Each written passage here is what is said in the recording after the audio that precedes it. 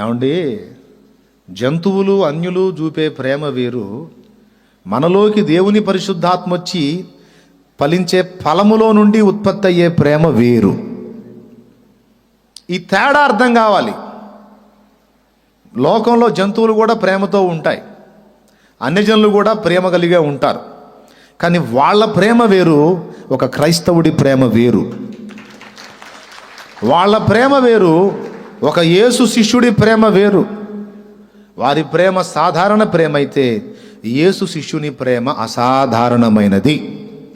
అది ప్రాకృతికంగా లభించేది కాదు, ప్రకృతికి విరుద్ధమైన ప్రేమ. అది ఇక్కడ ఆత్మ ఫలము ద్వారా మనకు ఉత్పత్తి అయ్యే ప్రేమ డిఫరెంట్ అన్నమాట. అర్థమైందా? కాలేదా? ఆ ప్రేమ, దాని యొక్క లక్షణము మొట్టమొదట మనకు యేసయ్యలో కనపడిద్ది. సిలువ మీద ఆయన వేలాడుతున్నప్పుడు ఆయనను సిలువకు కొట్టించినటువంటి దుర్మార్గులందరూ ఆయన ఎదుట నిలిచి ఆయనను అపహసించి మాట్లాడుతున్నారు.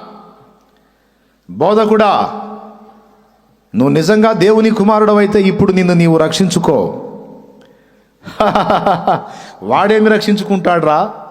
అనేకులను రక్షిస్తానని చెప్పాడు, తన్ను తానే ఇప్పుడు రక్షించుకోలేడు. ఆ 3 మేకులు తీసుకొని రా, అప్పుడు నీవు దైవ కుమారుడవు, మెస్సియావని మేము నమ్ముతాం అని ఎగతాళి చేస్తూ ఆయన దేహమంతా గాయాలమయమై రక్తమంతా పొయ్యి చాలా మరణకరమైన వేదనలో ఆయన ఉన్నప్పుడు కింద నిలువబడి అపహసించారు. అంత దారుణంగా ఆయనను అపహసిస్తున్న వారిని గూర్చి ప్రభు ఆకాశం వైపు కనులెత్తి ఏమన్నాడో తెలుసా? తండ్రి, తండ్రి, వీరేమి చేయుచున్నారో వీరెరుగరు, వీరిని క్షమించు అన్నాడు. ఇది సాధారణ ప్రేమ అని చెబుతావా, అసాధారణ ప్రేమ అని చెబుతావా? ఆ మాట విని బిత్తరపోయాడు కుడి ప్రక్కనున్న దొంగ. ప్రారంభంలో ఇద్దరూ తృణీకరించారు. ఆ దొంగలు ఆయనను అపహసించిరి అని రాయబడి ఉంది. తర్వాత యేసు ప్రభువారు తనను నిందించి దూషించి ఎగతాళి చేసి అవమానంగా మాట్లాడుతున్న వాళ్ళ వైపు, వాళ్ళ పక్షంగా తండ్రిని వేడుకున్నప్పుడు ఆ ప్రేమ కుడిపక్కున్న దొంగను కదిలించి పడేసింది. యేసయ్య సిలువలో పలికిన 7 మాటలు అని చెప్తారు కదా, అందులో మొదటి మాట ఏమిటి? తండ్రి, వీరేమి చేయుచున్నారో వీరెరుగరు గనుక వీరిని క్షమించు. ఆయన గుండెలో ఉన్న ఆ బిడ్డల పట్ల ప్రేమ, ఆ అసాధారణ ప్రేమ, ఆ ఆత్మమూలముగా కలిగిన దైవిక ప్రేమ కుడిపక్కున్న గుండె, ఆ దొంగ గుండెను బద్దలు చేసింది. వెంటనే వాడు ఆశ్చర్యపోయాడు. ఆయన ఆ మాట పలకగానే అప్పటిదాకా ఎడమ ప్రక్కన్న దొంగతో పాటు ఏకీభవించి ఎగతాళిగా మాట్లాడిన వీడు ఎప్పుడైతే ఈ మహానుభావుడు ఈ మాట పలికాడో వాడి గుండె బద్దలైపోయి, ఎడమ ప్రక్కన్న దొంగ ఇంకా ఎగతాళిగా మాట్లాడుతుంటే అప్పుడు వీడు వారించాడు. రేయ్, ఆగాగాగాగు, ఏం మాట్లాడుతున్నావురా? ఏం మాట్లాడుతున్నావురా? నేను కూడా తేడా పడ్డాను వెధవా. ఆయన ఏం మాట్లాడినాడో ఇప్పుడు విన్నావా? ఆయన ఏమన్నాడో ఇప్పుడు విన్నావా? ఇది మానవ హృదయం కాదురా, ఇది మనుషుని గుండె కాదురా, ఇది దేవుని హృదయం రా, ఇది దేవుని గుండెరా. అమ్మో, నాకు ఇప్పుడే అర్థమైంది. అరికాలు మొదలు నడినెత్తి వరకు నిలువెల్లా గాయాలమయం చేసి రక్తసిక్తం చేసి నెత్తుటి ముద్దగా ఆ చర్మము చీలికలు పేలికలు చేసి చిత్రవద చేసి ఆయనంత కిరాతకం చేస్తే ఆ దుర్మార్గుల్ని క్షమించమని అడిగాడంటే ఇది మానవ గుండె కాదురా, ఇది దేవుని హృదయం రా, ఇది దేవుని గుండె. నా గుండె బద్దలైపోయిందిరా ఆయన అన్న మాటకి. ఒరే, మనం ఈ బాధను అనుభవించడం న్యాయమేరా? మనం దుర్మార్గం చేశాం. చాలామంది మాన ప్రాణాలు దోచుకున్నాం, ధనాన్ని దోచుకున్నాం. మనకి శిక్షా విధి న్యాయమేరా? కానీ ఈ బోధకుని గురించి నేను అప్పుడప్పుడు విన్నాను. ఈరోజు నేను విన్నది కన్నులారా చూశానురా. ఈయన కనికర సంపన్నుడని, దయగలవాడని, క్షమాహృదయుడని, దేవుని అంతటి వాడని నేను విన్నది ఇప్పుడు చెవులారా, విన్నది కళ్ళారా చూశానురా. నేను ఈ నీతిమంతుని దగ్గర ఏ దోషము లేదని పొంతి పిలాతు చెప్పలేదా? అది నిజంరా, అది నిజంరా అని అతడు అన్నాడు. యేసు ప్రభువా, ఇప్పుడు నేను నమ్ముతున్నాను, నిన్ను నమ్ముతున్నాను, నీ రాజ్యాన్ని నమ్ముతున్నాను. ప్రభువా, నీవు నీ రాజ్యముతో కూడా వచ్చినప్పుడు నన్ను జ్ఞాపకం చేసుకుంటావా? అప్పుడు రెండవ మాటగా పలికాడు, వారి వైపు తిరిగి, నేడు నీవు నాతో కూడా పరదైసులో ఉంటావన్నాడు. హల్లెలూయా, హల్లెలూయా.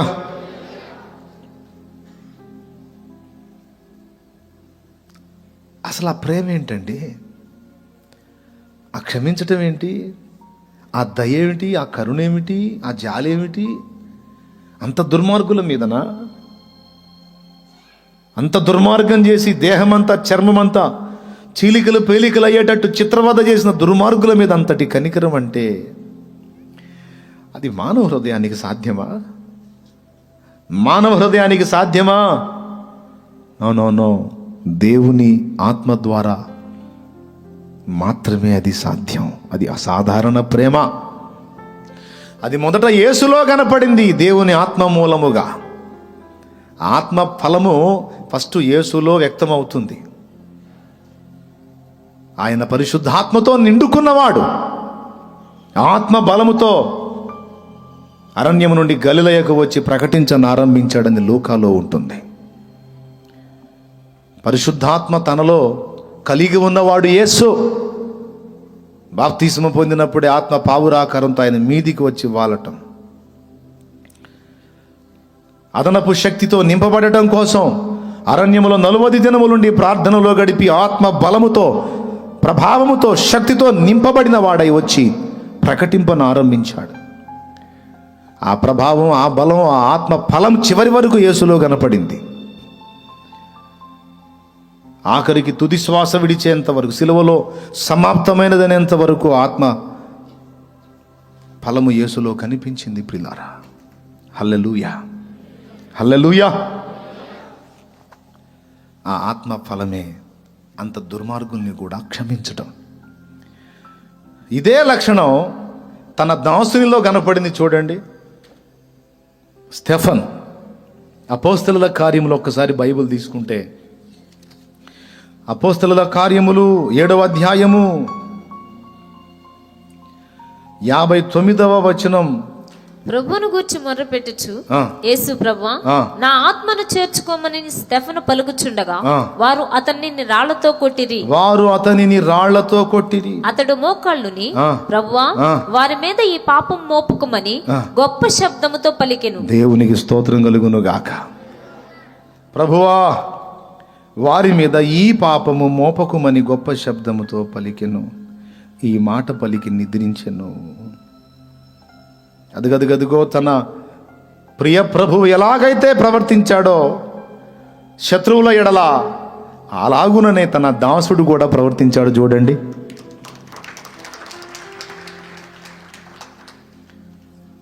హల్లెలూయా. ఇప్పుడు చెప్పండి, ఇది సాధారణ ప్రేమ అంటారా? అమ్మ, ప్రేమ కలిగి ఉంటారమ్మా. లోకంలో అందరూ ప్రేమ కలిగి ఉంటారు. తమకు అనుకూలంగా ఉన్న వాళ్ళతో, తమ మాట వినేవాళ్లతో, తమకు పనులు చేసి పెట్టే వాళ్లతో, తమను ఇష్టపడే వాళ్లతో, తమను వ్యతిరేకించని వాళ్లతో, తమ గురించి 10 మందికి మంచిగా చెప్పే వాళ్లతో ప్రేమ కలిగి ఉంటారు అందరూ లోకస్తులు. తమ శత్రువులను ప్రేమించి వారి కోసం, వారికి మేలు చేయటం కోసం ఆలోచించే వాళ్ళు ఉంటారా? కన్న తల్లి బిడ్డను ప్రేమిస్తుంది వాడు మంచిగా ఉంటే. అదే వాడు దుర్మార్గుడై, వాడు తేడాగాడైతే, ఎన్నడూ చస్తావురా నువ్వు, నీ నాశనంగాను నువ్వు జావా అంటదా అందా? ఆ తల్లినే పట్టుకొని కొట్టే కొడుకు అయితే ఏమంటదండి? నీ చేతులు ఇరిగిపోను, నీ కాళ్ళు ఇరగా, నువ్వు ఎన్నడూ చస్తావురా అని రకరకాల తిట్లు. లోకస్తులైతే అందరూ కూడా, మరి తల్లి ప్రేమ అందరి ప్రేమ కంటే గొప్పదంటారుగా. కొడుకు తనను కొట్టనంత వరకు, హింసించినంత వరకు, వేధించినంత వరకే. అదే కొట్టి తిట్టి హింసించి ఈడ్చి రోడ్డు మీద లాగితే కన్న తల్లి కూడా శాపాలు పెడుతుంది, డౌట్ లేదు. నువ్వు ఎగిరిపడి సావాలరా అంటది. ఎందుకు? దెబ్బలకు. అది లోక ప్రేమ. అనుకూలంగా ఉన్నంత వరకే అది నిలిచి ఉంటుంది. వ్యతిరేక పరిస్థితులు వస్తే అడ్రస్ కూడా దొరకదు. కన్న తల్లి ప్రేమైన. కానీ యేసయ్య ప్రేమతో అలా పోల్చగలమా? యేసయ్య ప్రేమను తల్లి ప్రేమతో ఈక్వల్ చేయగలమా? అందుకే తల్లిని మించిన ప్రేమ నాదన్నాడు.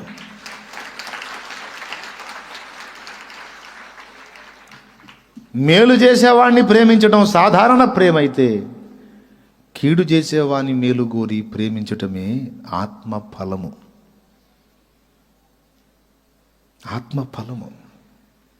మనలో శరీరేచ్ఛలు చచ్చేంత వరకు ఆత్మదేవుడు మనలో ఉన్నా ఆయన తన ఫలమును వ్యక్తపరచడం సాధ్యం కాదు. మన శరీర క్రియలు అడ్డుపడుతుంటాయి.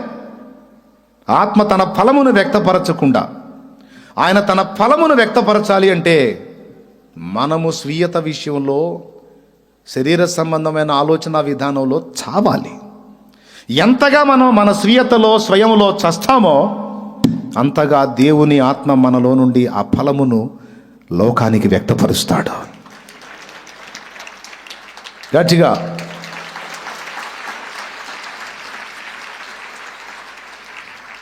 హల్లెలూయా, హల్లెలూయా. అయితే ఆత్మ ఫలమేమనగా ప్రేమ. ఏం ప్రేమ? అంత అనుకూలంగా ఉన్న వ్యక్తుల్ని ప్రేమించటమా ప్రేమ? అదా దైవిక ప్రేమ? మంచిగా పైసలు సంపాదించి ఇల్లు కదలకుండా అమ్మాయి గారిని ఇంట్లో కూర్చోబెట్టి, మంచిగా పెద్ద పెద్ద స్క్రీన్ ఎల్ఈడి ఇంట్లో పెట్టి, రిమోట్ ఇచ్చి అన్నీ చూసుకోమ్మా, ఏం కావాలంటే అన్నీ ఏర్పాటు చేశాను అనే భర్తను ఏ భార్య అయినా ప్రేమించిద్ది. ఏ భార్య అయినా ప్రేమించిద్ది. అట్లా కాకుండా కష్టార్జితం అంతా తాగి ఆగం చేసి, చిత్రవద చేసి, కొడుతూ తిడుతూ దూషణ మాటలు మాట్లాడుతూ ఇబ్బందులు పాలు చేస్తుంటే ప్రేమించిద్దా? ప్రేమించిద్దా అండి? వీడు జావా, వీడు నాశనంగాను నా పాలిట పడ్డాడు అని భర్తను తిడుతుంది, పెళ్లి చేసిన వాళ్ళని తిడుతుంది, వచ్చిన పెద్ద మనుషులను కూడా తిడుతుంది. ఆ పెద్దలు వాళ్ళ బొందగట్ట, వీడు మంచోడు, వీడు అట్లా ఇట్లా అని చెప్పారు, వాళ్ళ దిన్నం చెయ్య, నా ఉసురు తగల వాళ్ళకి అని తిడుతుందా లేదా? తిట్టదా?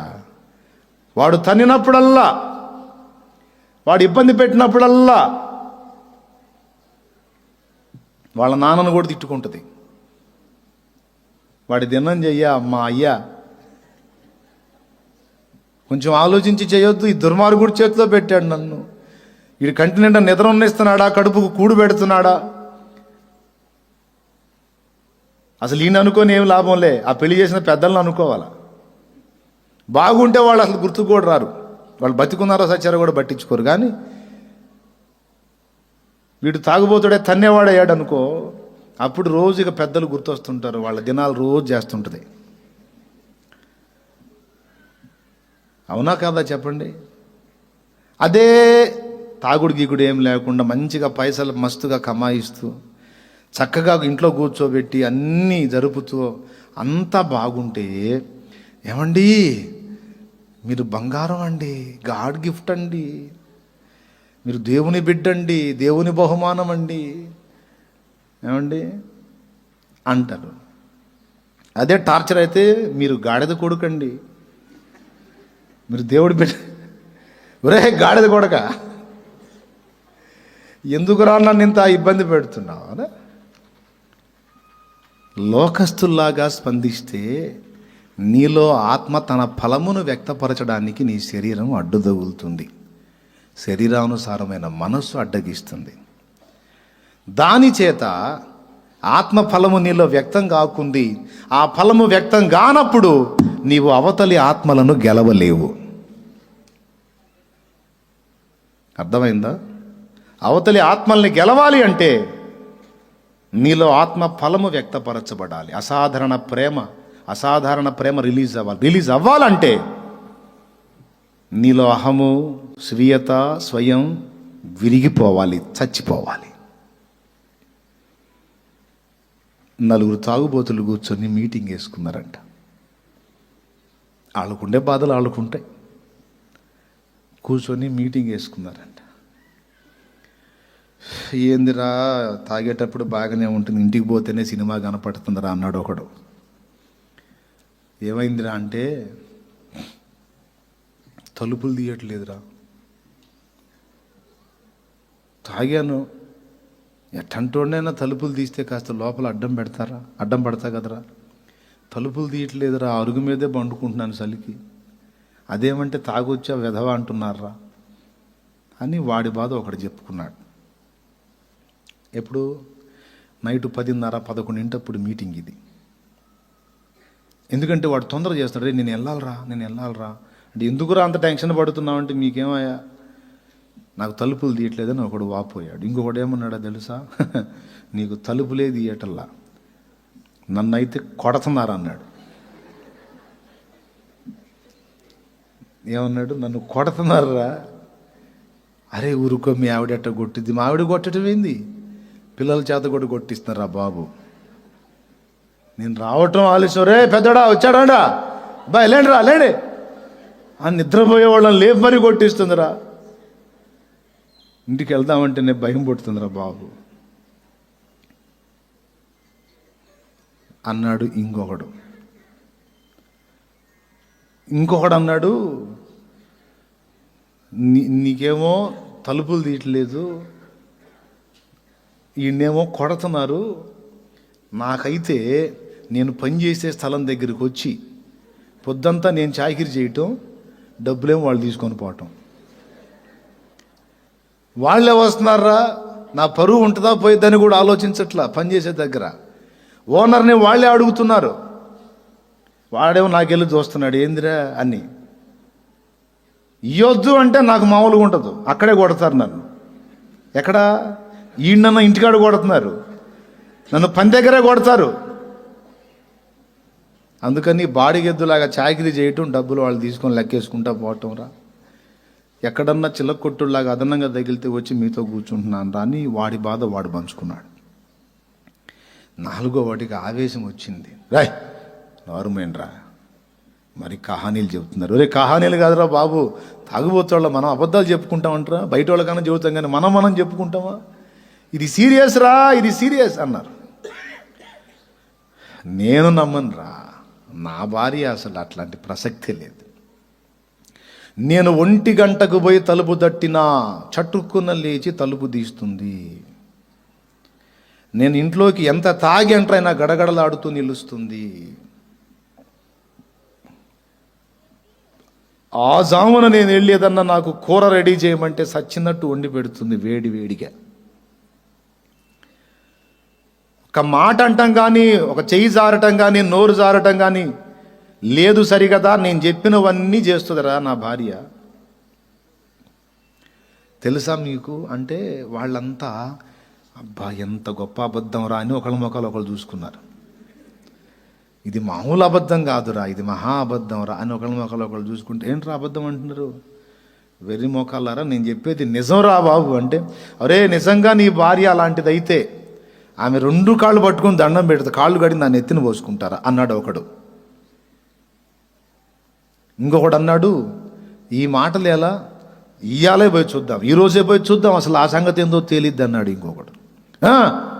రండిరా, అరే నీకంటే పెట్టిద్ది, మేము వచ్చిన మాకు కూడా పెట్టిద్ది అంటే, ఇంకా 10 మంది వచ్చినా సరే రెడీ చేయంటే మొత్తాన్ని రెడీ చేసిద్దిరా అన్నాడు.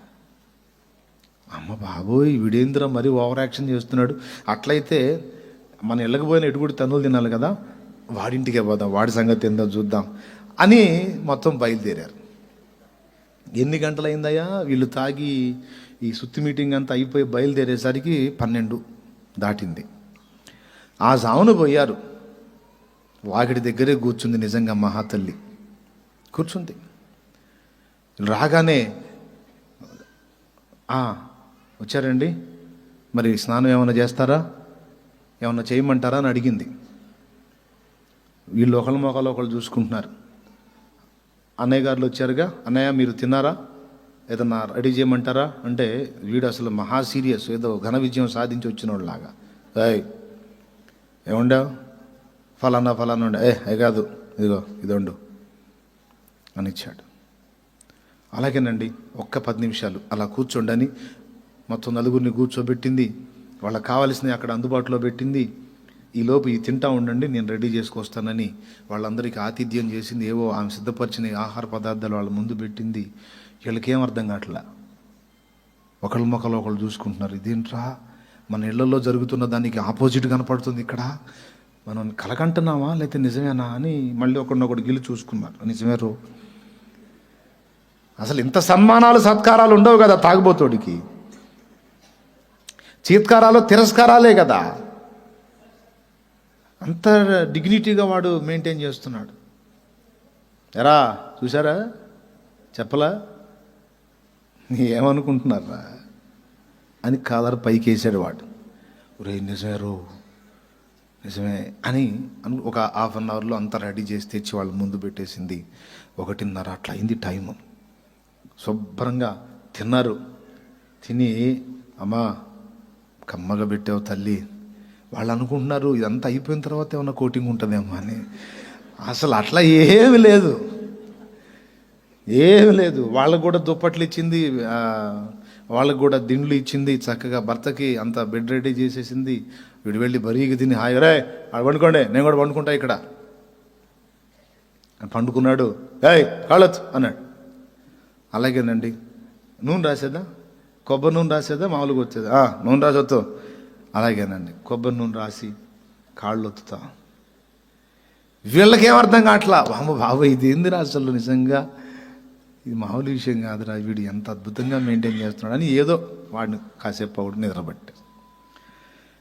ఇక తెల్లవారు లేచి వెళ్ళలా వాళ్ళకి డౌట్, ధర్మ సందేహం ఉంది, తీర్చుకోవాలి. పొద్దున్నే లేచి పాప నిద్రపోతున్నారు కదా, వాళ్ళని డిస్టర్బ్ చేయకుండా సప్పుడు లేకుండా బయట ఊడుస్తూ ఉంటే వాడేం మంచంలో నిద్రపోతూ ఉన్నాడు. కిటికీ పక్కన ఆడి బెడ్ లోపల కిటికీ వెలపట ఏం మెల్లగా ఊడుస్తూ ఉంది బయట. ఈ ముగ్గురు లేచి తడవకొకడు బయటికి వెళ్ళి అరుగు మీద కూర్చొని అమ్మా చెల్లి అంటే, అన్నయ్య ఉందన్నాళ్ళు అన్నయ్య, ఏందన్నయ్య అన్నయ్య, అన్నయ్య ఏమన్నా తాగుతారా, టీ తాగుతారా, కాఫీ తాగుతారా, ఏం తాగుతారంటే ఏమొద్దు మాకు డౌట్ ఉంది, ఆ సందేహం తీరిస్తే చాలమ్మా అన్న. చెప్పండి అన్నయ్య, ఏంటి మీ సందేహం, నేనేం చేయగలను మీకు, చెప్పండి అన్నయ్య. ఏం లేదమ్మా, వాడు గజ తాగుబోతు, మాకు తెలుసు, మేము తాగేదానికంటే డబల్ తాగుతాడు. వాడు సరిగా పట్టించుకున్నట్టు కూడా ఏం కనపడలా.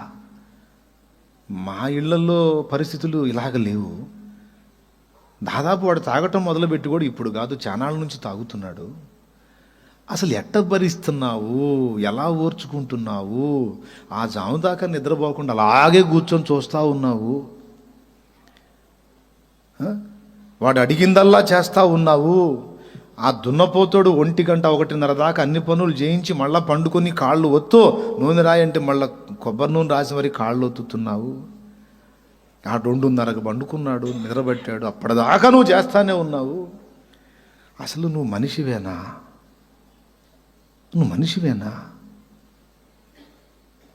లేకపోతే వాడి కోసం ఏమన్నా దేవలోకం నుండి వచ్చావా? మనుషుల్లో అయితే ఇలాంటి తత్వం మేము చూడలేదమ్మా. ముఖ్యంగా మా విషయాల్లో చూసుకుంటే మాత్రం చెప్పుకోవటం ఎందుకులేమ్మా, మాకు రోజు సన్మానమే అని వాళ్ళ డౌట్స్ అడిగారు. వీళ్ళు ఈ మాట్లాడుతున్నప్పుడు అటుపక్క మంచం మీద పండుకున్నాడు, నిద్ర మెలకు వచ్చింది. ఆడు నిద్రపోయినట్టు పండుకున్నాడు, కానీ వీళ్ళు అడిగిన డౌట్స్ ఆమెం సమాధానం చెప్పిద్దో వాడు కనిపెట్టి వింటా ఉన్నాడు. అప్పుడు ఆమె 2 సంగతులు చెప్పింది. ఇదే అన్నయ్య, దాని ఏముందిలే అన్నయ్య, చెప్తా వినండి అని. మొట్టమొదట, మేలు చేస్తేనే ప్రేమించటం, కీడు చేస్తే ద్వేషించటం అనేది లోకస్తులు చూపే ప్రేమ అన్నయ్య. కానీ నేను నమ్మిన దేవుడు అలాంటి వాడు కాదు. కీడు చేసినా సరే ప్రేమ చూపు అని నాకు నేర్పినటువంటి మహనీయుడు నా దేవుడు. శత్రువుని కూడా ప్రేమించు, కీడు చేత జయింపబడక మేలు చేత జయించు అని నేర్పాడు అన్నయ్య. కాబట్టి అన్నీ అనుకూలంగా ఉంటే ప్రేమించేటువంటి ప్రేమ అది లోక సంబంధమైన ప్రేమ అన్నయ్య. అన్నీ ప్రతికూలంగా ఉన్నా కూడా ప్రేమించటమే దేవుని ప్రేమ అన్నయ్య అంది. మొదటి మాట. ఇది పరిశుద్ధాత్మ ప్రేరణతోనే మాట్లాడుతున్నాను నేను, మనుష్య మూలంగా కాదు, గుర్తుపెట్టుకోవాలి. రెండవది, నేను ఆయన్ని నిజంగా ప్రేమిస్తున్నాను అన్నయ్య. ఆయన అంటే నాకు చాలా ఇష్టం. ఆయన కొన్ని సంవత్సరాలుగా తాగుతున్నాడు నాకు తెలుసు, కానీ కొన్ని సంవత్సరాలుగా నేను కూడా యేసు ప్రభుని నమ్ముకున్నాను. ఆయన మార్గంలో నడుస్తున్నాను, ఆయన రక్తంలో కడగబడ్డాను, పాప క్షమాపణ నిమిత్తం బాప్తిస్మం పొందుకొని పరిశుద్ధురాలనయ్యాను. అనయ్య ఏ క్షణాన నేను చనిపోయినా, అనయ్య ఇక్కడ ఎక్కువ కాలం ఉండంగానయ్య, మనం ఇప్పటికే సగం వయసు అయిపోయింది, ఇంకా కొంచెమే ఉంది. తర్వాత నేను కన్ను మూసి నా ప్రభు ఒడిలో, నా కన్న తండ్రి ఒడిలో నిత్య జీవం అంతా సుఖపడతానన్నయ్య. నేను నా యేసయ్య ఒడిలో, నా ప్రభు కౌగిలిలో, నా ప్రాణప్రియుడు, నా కన్న తండ్రి ప్రేమ కౌగిలిలో ఇక నాకు నిత్యత్వం అంతా సుఖమే. పాపం నా భర్త పిచ్చోడన్నయ్య, అన్నీ తెలుసు అనుకుంటాడు కానీ తెలియదు. జ్ఞానవంతుడు అనుకుంటాడు కానీ వెర్రోడన్నయ్య. తాగుతాడనే కానీ నా భర్త కదన్నయ్య. ఆయన మీద నాకు మమకారం ఉంది. అమాయకుడు అన్నయ్య. ఎన్నిసార్లు చెప్పానో, ఇట్లా మరణం తర్వాత తీర్పు ఉంది, నరకం ఉంది, నిత్య జీవం ఉంది, యేసుప్రభుని నమ్ముకోయ్యా, మారు మనసు పొందయ్యా, బాప్తిస్మం పొందయ్యా, పరిశుద్ధాత్మను పొందయ్యా, దేవుని మార్గంలో నడువయ్యా అని ఎన్నోసార్లు చెప్పాను అన్నయ్య. చెప్పినప్పుడల్లా కొట్టాడు అనుకోండి, అది వేరే సంగతి. ఆయన నాకు బాధ లేదు అన్నయ్య, తెలిస్తే కొట్టాడు కదా, తెలియకనే కొట్టాడు, పర్వాలేదు అన్నయ్య, పర్వాలేదు. కానీ అన్నయ్య ఆయన కన్ను మూస్తే అగ్ని ఆరని పురుగు చావని ఘోర నరకానికి వెళ్ళిపోతాడు. అక్కడికి అతనికి యుగయుగాలు నరకయాతనే కదా అన్నయ్య. ఈ బ్రతికే ఈ 4 రోజులు ఇక్కడున్నప్పుడే కదా ఆయన సుఖపడేది. కాబట్టి ఇక ఎటుగూడి చచ్చిపోయిన తర్వాత నరకానికే వెళ్తాడు గనుక, నేను ఉండే స్థలానికి రాడు గనుక, ఇక ఆయన కోసం ఈ కొద్ది రోజులు నేను శ్రమపడితే తప్పే ఉందని, ఇక ఉన్న శేష జీవితం ఆయన కోరికలన్నీ తీర్చడానికి, ఎందుకంటే ఇక ఇక్కడే కదన్న ఆయన సుఖపడే, తర్వాత ఇక యుగాలు యాతనే కదా పాపం, అందుకని సేవ చేస్తున్నాను అన్నయ్య అని చెప్పేసరికి ఆ మంచం మీద నోడు గతుక్కమన్నాడు. వాడికి అర్థమైపోయింది. ఇంత కాన్ఫిడెన్స్గా చెప్తుందంటే అది ఎంత నిజమైతేనో కదా ఈ మనిషి ఇంత అంకితమై నాకు సేవ చేస్తుంది. అది నిజం కాకపోతే ఈ మనిషి నాకు ఇంత సేవ చేయాల్సిన అవసరం లేదు. వాళ్ళందరూ వాళ్ళ భార్యల గురించి చెప్పారు, తంతున్నారని, డబ్బులు లాక్కుంటున్నారని, పిల్లల చేత దండిస్తున్నారని, తలుపులు తీయటం లేదని. ఒక్కరోజు కూడా నా భార్య అలాగూ చేయలేదు కదా. చెయ్యలేదు అంటే బహుశా ఆమె చెప్తుంది నిజమై ఉండవచ్చు. వీళ్ళు ముగ్గురు, అవునా తల్లి, ఇదంతా యేసు ప్రభు ద్వారా నువ్వు పొందిన ప్రేమ, ఇది సాధారణమైంది కాదమ్మా, అసాధారణ ప్రేమ, అందరూ చూపేది కాదమ్మా, ఇది ప్రత్యేకమైన ప్రేమ అని వాళ్ళన్నారు. వాడు కళ్ళు నలుపుకుంటా వచ్చి ఏయ్ అన్నాడు భార్యని. ఏమండి లేచారా, కాఫీ ఇచ్చేదా, టీ ఇచ్చేదా? ఏమవుతులే కానీ చర్చికి వెళ్తారు కదా, ఏ వారం అది? ఆదివారం అండి. ఆదివారమా? రేపు వారం నుంచి నేను కూడా వస్తాలే అన్నాడు.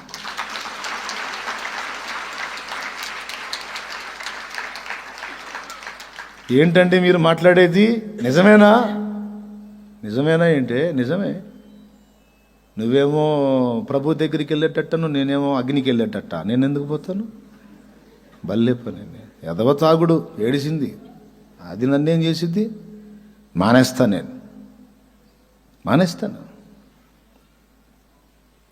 నువ్వు నాకు చూపిన ప్రేమ, నీవు నా విషయంలో చేసిన త్యాగం చాలా రోజుల నుంచి టెస్ట్ చేస్తున్నాను, పరీక్షిస్తున్నాను. నువ్వు చెప్పింది నిజం, నేను నమ్ముతున్నాను. ఎంత నిజం కాకపోతే ఇంత అంకితమై చేస్తావు నాకు. కాబట్టి నేను నీతోనే ఉండాలనుకుంటున్నాను అమ్మాయి, నిత్య జీవంలో కూడా. ప్రభు దగ్గర నువ్వు ఉన్న కాడ నేను కూడా ఉండాలనుకుంటున్నాను. నేను కూడా వస్తాను అని తన తీర్మానాన్ని వెల్లడిపరుస్తాడు. చాలా సంవత్సరాల క్రితం, అంటే నేను సేవారంభంలో తొలి దినాల్లో వచ్చిన క్రొత్తలో విన్నా ఈ సాక్ష్యం. దేవునికి స్తోత్రం కలుగునుగాక. హల్లెలూయా. చూడండి, యేసయ్య చూపిన ప్రేమ సాధారణమైందా? స్టెఫను చూపిన ప్రేమ సాధారణమైందా? ఇప్పుడు నేను చెప్పిన సోదరు చూపిన ప్రేమ సాధారణమైందా? తన 2 కుమారులను, తన భర్తను అతి కిరాతకంగా ఈటెలతో పొడిచి పెట్రోల్ పోసి తగలబెట్టి మహా దుర్మార్గంగా చంపినటువంటి మత